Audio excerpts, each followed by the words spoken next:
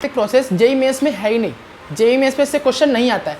अब तुम खुद सोचो, ये सेम 100 क्वेश्चन अगर तुम बनाओगे किसी और चैप्टर में, वो पूरा चैप्टर कंप्लीट हो जाएगा। बट हम लोग क्या करते हैं, हम लोग एक ही टॉपिक पे 100 क्वेश्चन बनाते हैं एंड बाद में पता चलता है कि ये टॉपिक तो एग्जाम का है ही नहीं।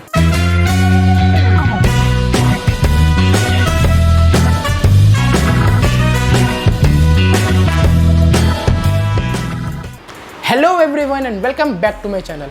और आज इस वीडियो में हम लोग बात करेंगे कि ऐसे कौन से टॉपिक्स हैं इन केमिस्ट्री जिसको आप स्किप कर सकते हो या अवॉइड कर सकते हो for your JEE mains. Like ऐसे टॉपिक्स जो कि जेईई मेंस में नहीं आते हैं बट फिर भी उस टॉपिक में तुम पढ़ पढ़ के अपना बहुत सारा टाइम वेस्ट कर रहे हो। टाइम वेस्ट तो नहीं करो, क्योंकि देखो पढ़ना is not a time waste, ultimately तुम्हें नॉलेज तो मिल रहा है। एंड यार देखो, वीडियो में आगे बढ़ने से पहले मैं बता देता हूँ कि मैं ऐसा कुछ नहीं बोल रहा हूँ कि तुम मत पढ़ो या तुम पढ़ना कम कर दो, मैं ऐसा नहीं बोल रहा हूँ। बट ये जो कॉम्पिटिटिव एग्जाम्स होते हैं ना, इस एग्जाम्स में तुम जितना कंसाइज पढ़ोगे ना, उतना ही तुम्हें बेटर होगा।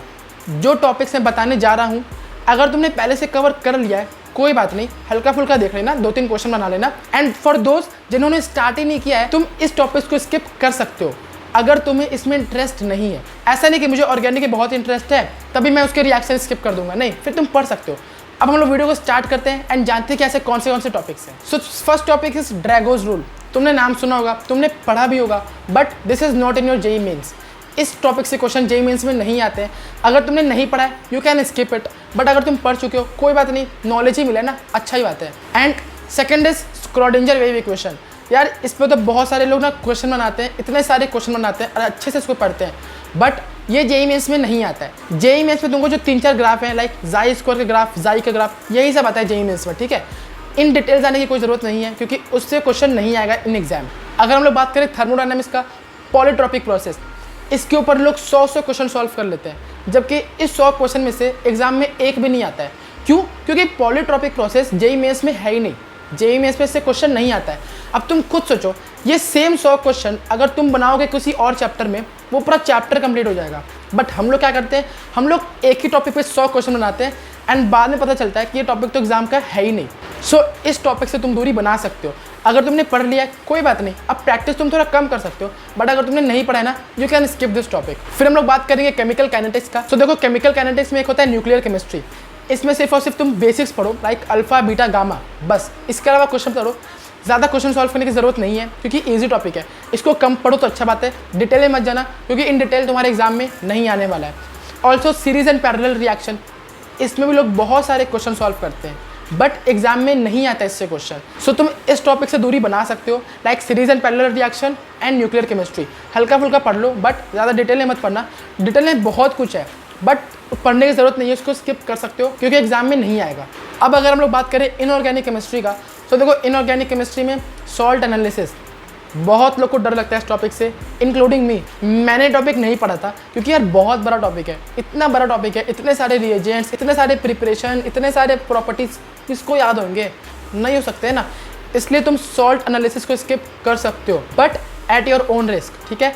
बेसिक्स पढ़ लो, मतलब जो 3-4 कंपाउंड है ना, बेसिक्स पढ़ लो, डिटेल में मत जाओ क्योंकि यार डिटेल में बहुत कुछ है, मतलब बहुत ही कुछ है डिटेल में, सब पढ़ने का ज़रूरत नहीं है। इसको भी तुम हल्का फुल्का पढ़ लो ऊपर से, इन डिटेल नहीं जाओ। अगर तुम्हें इंटरेस्ट है डेफिनेटली गो फॉर इट, अच्छे से पढ़ो क्योंकि ये टॉपिक बहुत काम आएगा आगे जाकर। बट अगर तुम्हें इंटरेस्ट नहीं है ना, तुम इसको स्किप कर सकते हो, कोई नुकसान नहीं होगा तुम्हारा, आई कैन गारंटी यू। बस बेसिक्स पढ़ लेना, ये नहीं कि भैया बेसिक भी छोड़ दिया फिर क्वेश्चन आ गया। बेसिक्स पढ़ना जो एनसीईआरटी में, डिटेल में मत जाना। एनसीईआरटी में तुम बोलोगे कि भैया एनसीईआरटी में तो क्वालिटेटिव एनालिसिस या सॉल्ट एनालिसिस के नाम से कोई चैप्टर ही नहीं है। सो देखो, तुमने पी ब्लॉक्स पढ़ा होगा, तुमने डी ब्लॉक पढ़ा होगा। अब ये ब्लॉक में जो चैप्टर है ना एनसीईआरटी में, इसी में कहीं ना कहीं कोई ना कोई लाइन दिया रहता है, कोई ना कोई प्रॉपर्टी दिया रहता है। एंड सेम प्रॉपर्टी हम लोग पढ़ते हैं सॉल्ट एनालिसिस में। एनसीईआरटी में गिवन है सॉल्ट एनालिसिस भी, बट कोई अलग से चैप्टर नहीं है। सो फॉर इनऑर्गेनिक केमिस्ट्री तुम्हें मैं बताऊंगा जो एनसीईआरटी में उतना ही पढ़ो, उसके अलावा कुछ भी मत पढ़ो क्योंकि एनसीईआरटी के बाहर से ना कोई फ़ायदा नहीं है पढ़ के फॉर इनऑर्गेनिक केमिस्ट्री, क्योंकि इनऑर्गेनिक में सिर्फ और सिर्फ एनसीईआरटी से आएगा। अब अगर हम लोग आते हैं ऑर्गेनिक केमिस्ट्री पे, सो नोमेनक्लेचर, स्पाइरो, बाईसाइक्लो, ये सब नहीं आता है, ठीक है। ये सब में बहुत तुम लोग क्वेश्चन सॉल्व करते होगे but in exam these are not included, ठीक है। सो तुम इसको स्किप कर सकते हो।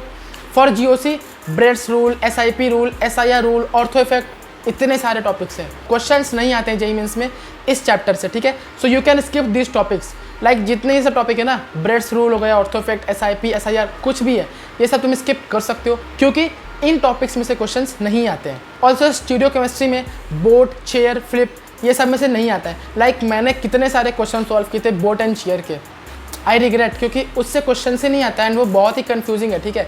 So you can skip these topics also. अब अगर हम लोग बात करें ऑर्गेनिक केमिस्ट्री के रिएक्शंस में, सो रिएक्शन तो बहुत सारे हैं, लिटरली बहुत सारे रिएक्शन हैं, इंक्लूडिंग मी। मैंने बहुत सारे रिएक्शन पढ़े थे, बट उसमें से बहुत ही कम रिएक्शन है जो कि एग्जाम में आते हैं, मैक्सिमम एग्जाम में आते ही नहीं है। You can skip those reaction, Diels Alder reaction, Reformatsky reaction, Knoevenagel reaction, इन सब में से एग्जाम में क्वेश्चंस नहीं आता है। एडवांस में आएगा बट मेंस में नहीं आता, ठीक है। सो तुम इसको स्किप कर सकते हो फॉर जेई मेंस अगर तुमने अभी तक नहीं पढ़ा है। अगर तुमने पढ़ लिया है कोई बात नहीं, अच्छी बात है। एंड यार मैं फिर बोलूँगा, इनऑर्गेनिक एंड ऑर्गेनिक के लिए एनसीईआरटी में देख लो, जितना कुछ दिया हुआ है ना वही है सफिशिएंट। उसके बाहर से नहीं आएगा तो नहीं आएगा, मैं तुम्हें गारंटी कर सकता हूँ, ठीक है। सो तुम एनसीईआरटी में से पढ़ो। अगर तुम्हें दिक्कत हो रहा है एनसीईआरटी में से पढ़ने में, तुम जाके मेरे पहले के वीडियोस चेक कर सकते हो जहाँ मैंने बताया है कि एनसीईआरटी कैसे पढ़ा जाता है, कैसे ऑर्गेनिक मास्टर करना है, कैसे फिजिकल मास्टर करना है, सब कुछ मैंने बताया है।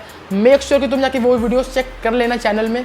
अगर तुम जाके NCERT and previous year question देख लोगे तो तुम्हें खुद पता चल जाएगा कैसे कौन से टॉपिक्स हैं जो तुम्हारे काम के नहीं है एंड तुम उसको नज़रअंदाज कर सकते हो, कोई दिक्कत नहीं होगा। सो ये वीडियो यहीं पे खत्म हुआ। आई होप तुम्हें वीडियो अच्छा लगा होगा। अगर वीडियो अच्छा लगा हो लाइक कर दो वीडियो को, सब्सक्राइब कर दो चैनल को, क्योंकि इस चैनल में आप लोग के लिए ऐसे इन्फॉर्मेटिव वीडियोस आते रहते हैं। एंड कंसिस्टेंट रहो, डिटर्मिनेशन के साथ पढ़ो एंड डेडिकेशन के साथ पढ़ो। एंड इन सब के साथ अपना ध्यान रखो, अपने फैमिली वालों का भी ध्यान रखो। मिलते हैं इसी होप के साथ हम लोग नेक्स्ट वीडियो में। तब तक के लिए बाय एंड टेक केयर।